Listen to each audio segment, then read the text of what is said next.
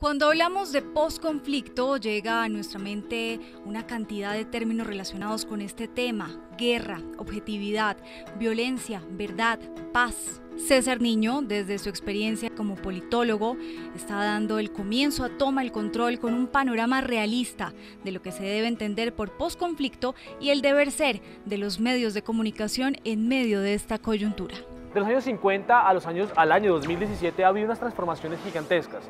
Primero que todo, una modernización del Estado colombiano, ha habido una transformación de las fuerzas militares de Colombia, ha habido una profesionalización de las fuerzas militares que han dado unos golpes estratégicos para llevar a las guerrillas, en este caso a las FARC, a sentarse a negociar.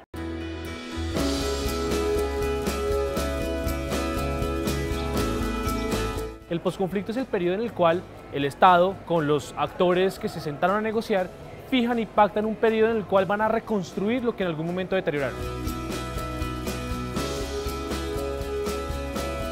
El posconflicto tal vez tiene un elemento que es las FARC, pero no es en esencia en sí mismo el propio posconflicto. De hecho, el conflicto colombiano nos hemos dado cuenta después del 2 de octubre de 2016, nos dimos cuenta que el problema del país no eran las FARC, es un asunto un poco más transversal y un poco más dinámico.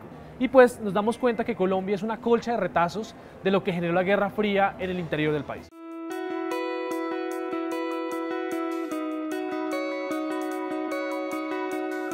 El conflicto es necesario para que haya un Estado social de derecho. Antes de empezar la Segunda Guerra Mundial, se decía que la paz era el periodo de preparación para la siguiente guerra. Entonces, por mi lado, espero que no haya paz para que no haya preparación para una siguiente guerra.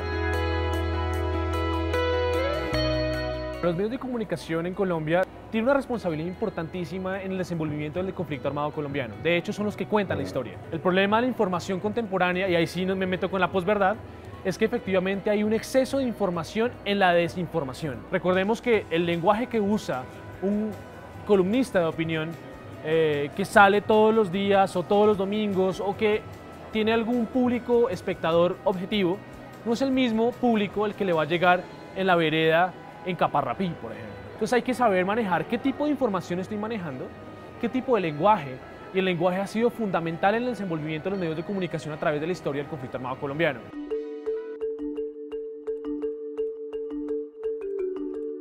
Ustedes, que son un medio de comunicación, se van a dar cuenta que la objetividad no existe desde el punto de vista desde que tenemos una línea editorial hasta llegar a un punto crucial de qué tipo de información quiero que llegue al público. Eso no está mal, de hecho es una fuente de referencia y desde ahí es que se crea el debate. ¿Qué hay que hacer para no creer todo lo que se dice en los medios de comunicación? Es, en efecto, tener un sentido crítico de la información, primero. Segundo, a partir de un hecho de la realidad. Y tercero, ser supremamente expectantes de lo que puede generar una mala información. Recordemos que las malas informaciones son muchas veces las que han generado grandes guerras mundiales.